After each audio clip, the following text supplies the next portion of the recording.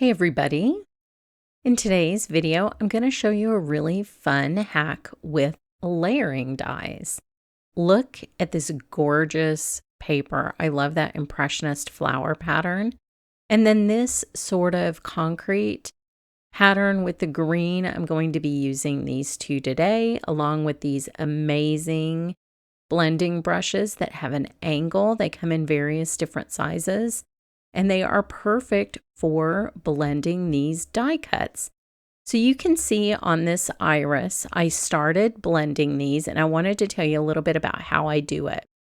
So I look for what is peeking through the layer on top. So you can see it's just that center area.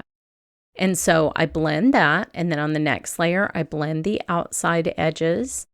And then on the next layer, I do the same thing, blend the outside edges. The areas that are peeking through from beneath get blended. Then moving along, blend the outside edges.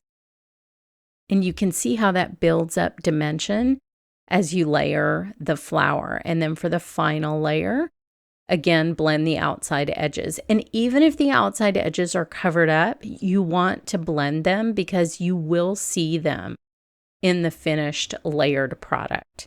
So here I have a little 3-piece bud that goes on one of the stems, and I just cut it from the same paper, and I just did it randomly, but you can position your dies to capture certain colors if you would like to do that. And so I'm using the exact same brush and the exact same color that I used on the main iris. And I'm coloring the largest die cut of this 3-piece bud with the ink. And I'm making this pretty dark because I want the other two to really stand out against this bud. You know how a rosebud or any flower bud that's kind of wrapped like this one is? They will have some very, very dark colors that are darker than the color of the flower when it finally sprouts. So that's the look that I'm going for.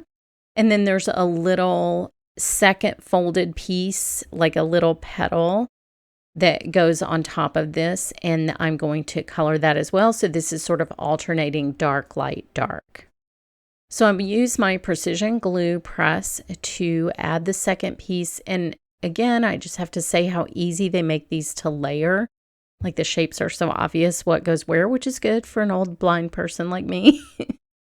And then I will put a little bit of glue on the last piece and pop that on. This is such a cute little flower bud. I love little buds. As a matter of fact, I have buds all over my rose bushes right now, and I'm so excited. I go out there like every hour and I look at the little buds like some kind of lunatic. Gardening lunatic. That's what I am. I own it. I'm proud of it. Now this is the stem for the little bud. You can see it mimics the bud shape. So I wanted to take some green ink and add some shadows to this. Just underneath where the bud would be, where the stem would naturally be darker, is the most obvious choice. The bud itself is going to cover up the green top part of that same shape of the bud. So I just wanted a little bit of a shadow. So I will glue that on, line up the edges. I always just squeeze them a little bit to make sure it's in alignment. And you can see that even these tiny die cuts have the deboss detail that makes these so much fun and so intricate. So now I'll show you how to put together the iris, and I'm working from the top down because that's how I had my little stack when I was showing you the ink blending. So I will put that on. That sort of, it looks like a little crab. I'm thinking of alternate uses for this die. This looks like a crazy little crab. Think about that. Then I will put it on, oh my God, this one's Mothman. This is Mothman. Or maybe a flying crab. I don't know. See where your imagination takes you. Then I will glue that one on. Again, with the deboss details, I'm going to show you this close up so that you can see all of the little details. Now be sure when you're putting these together that you do make sure you get glue on all the skinniest bits. That's why I like the precision glue press, because I can work in those really fine little areas. and make sure that they're glued down, because you'll find that on tiny, skinny little die cuts, sometimes if you handle them a lot, they'll tend to lift up off the page. So you make sure that you put adhesive on those, unless you want them to lift up off the page. That's up to you. So now we're going down onto the very base piece, the last piece, which is where I put my darkest ink blending, because that is backwards in space from the viewer. And so it would be sort of in shadow and covered up by some of the other petals. Look at those debossed details. It's so beautiful and realistic. And you didn't have to do any coloring on your own. So I love that you can use pattern paper for this. And that is some spectacular. I can't tell you how much it hurt me to cut in to that piece of paper, because there are only 2 in that package.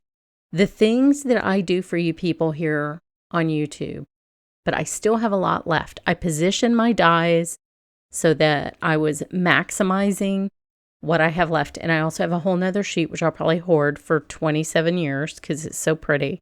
I'll try not to. I don't want to be a bad example, but I'm just telling you it hurt me. Now this green paper has this fun stone texture to it that just adds so much to foliage.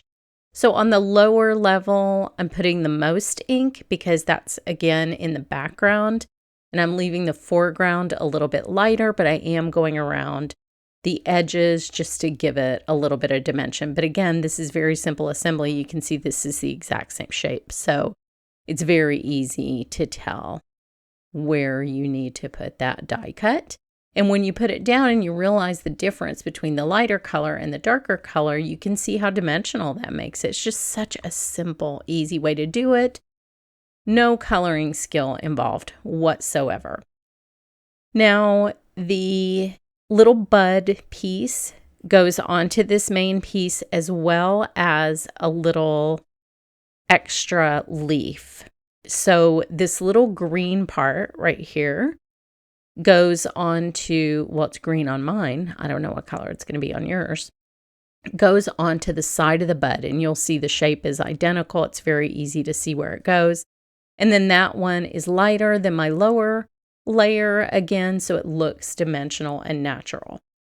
That can go on either side. This is completely up to you, but this is how I'm arranging it based on the layering guide, with the little extra leaf to the right, kind of positioned down towards the bottom of that stem, and then the bud on the left, and then that large area at the top is where you're actually going to attach your big flower. So a little more glue on this little guy. And I just made those two kind of come together in a V at the bottom of the stem. But again, do whatever you want with these. That is, you are a free American or whatever country you live in, and you can do whatever you want. So this is just going to be centered on the stem with that lower petal just centered there. And then I have the one petal in front of the other leaf, but you could definitely put the other petal behind the leaf. It's just totally up to you. You can get a bunch of different looks from this. Here is the finished card, very dramatic on black. I love it. Head over to my blog for more information, and thanks so much for watching.